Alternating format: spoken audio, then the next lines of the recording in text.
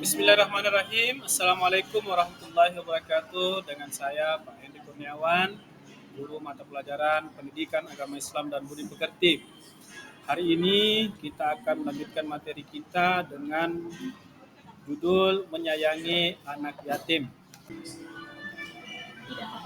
Anak-anakku sekalian, sebelum kita memulai pelajaran kita, marilah kita berdoa kepada Allah Subhanahu wa taala agar pelajaran kita mendapatkan keberkahan dan diridhoi oleh Allah Subhanahu wa taala. A'udzubillahi minasyaitonir rajim. Bismillahirrahmanirrahim. Raditu billahi rabba wa bil islami dina wa bi Muhammadin nabiyya wa rasula. Rabbi zidni ilman warzuqni fahman. Amin. Anak-anakku sekalian, setelah mengikuti proses pembelajaran ini, diharapkan anak-anakku ini mampu dalam 5 hal. Yang pertama, meyakini surah Al-Ma'un sebagai firman Allah dengan benar. Yang kedua, terbiasa membaca surah Al-Ma'un dengan benar. Ketiga, melafalkan surah Al-Ma'un dengan benar.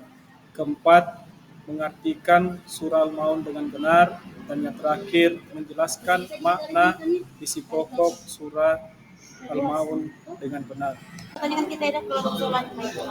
Anakku sekalian, silakan simak baik-baik bacaan Pak Guru dalam surah Al-Ma'un. A'udzu billahi minasyaitonir rajim. Bismillahirrahmanirrahim. أرأيت الذي يكذب بالدين فذلك الذي يدع اليتيم ولا يحض على طعام المسكين وويل للمصلين الذين هم عن صلاتهم ساهون الذين هم يراءون وَيَمْنَعُونَ الْمَاعُونَ. Demikianlah surah Al-Ma'un. Setelah kita mendengarkan bersama surah Al-Ma'un, selanjutnya kita akan memperhatikan secara bersama arti surah Al-Ma'un. Adapun surah Al-Ma'un atau Al-Ma'un ini artinya barang yang berguna. Adapun ayat 1 artinya, tahukah kamu orang-orang yang mendustakan agama? Ayat kedua, itu adalah orang yang menghardik anak yatim. Ayat ketiga, dan tidak menganjurkan untuk memberi makan orang-orang miskin. Yang keempat, maka celakalah bagi orang-orang yang melaksanakan sholat. Ayat kelima, yaitu orang-orang yang lalai dalam sholatnya. Ayat keenam, orang-orang yang berbuat ria, dan ayat yang terakhir adalah enggan menolong dengan barang-barang berguna. Anak-anakku sekalian, tahukah kalian sebab turunnya surah Al-Ma'un?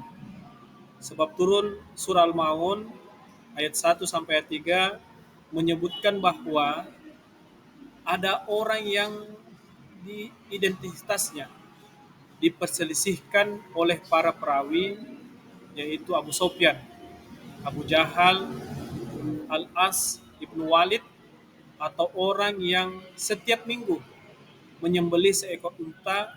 Satu ketika ada anak yatim yang datang meminta sedikit daging yang disembelih, namun mereka menghardik dan mengusir anak yatim tersebut. Dalam riwayat lain diceritakan dari Ibnu Abbas bahwa pada masa Rasulullah ada sekelompok orang munafik yang rajin mengerjakan ibadah salat, namun salatnya tidak diniatkan karena Allah Subhanahu wa taala, melainkan karena ingin dilihat dan dipuji orang lain. Ketika dilihat orang lain, mereka terlihat khusyuk mengerjakan salat. Tetapi ketika tidak dilihat orang lain, mereka salat seenak-enaknya, bahkan sering menyepelekan dan meninggalkan. Allah tidak suka kepada orang-orang yang seperti ini. Maka diturunkanlah surah Al-Ma'un ayat 4 sampai ayat 7.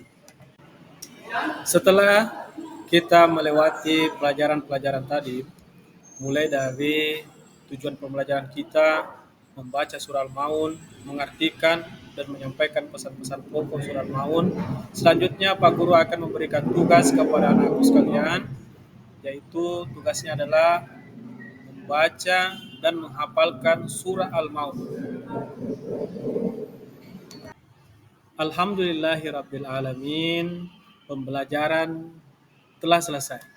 Terima kasih atas perhatiannya dan semangat belajar yang telah kalian tunjukkan pada hari ini. Semoga dapat bermanfaat untuk masa depan anak-anakku sekalian. Mari kita ingat bahwa belajar adalah perjalanan yang tak pernah berakhir. Teruslah mengejar pengetahuan dan terus berkembang. Sebelum kita mengakhiri pelajaran kita pada hari ini, marilah kita berdoa agar Allah memberikan kita pahala dan keridhaan kepada ilmu yang kita dapatkan pada hari ini. A'udzu billahi minasyaitonir rajim. Bismillahirrahmanirrahim. Allahumma anfa'ni bima 'allamtani wa 'allimni ma yanfa'uni wa zidni ilma. Artinya, ya Allah, manfaatkanlah aku dengan apa yang telah Engkau ajarkan kepadaku. Ajarkanlah aku apa yang bermanfaat bagiku dan tambahkanlah ilmuku. Amin ya rabbal alamin. Semoga ke depan kita masih bisa bertemu dengan pelajaran selanjutnya. Bapak Guru akhiri dengan ucapan Assalamualaikum warahmatullahi wabarakatuh.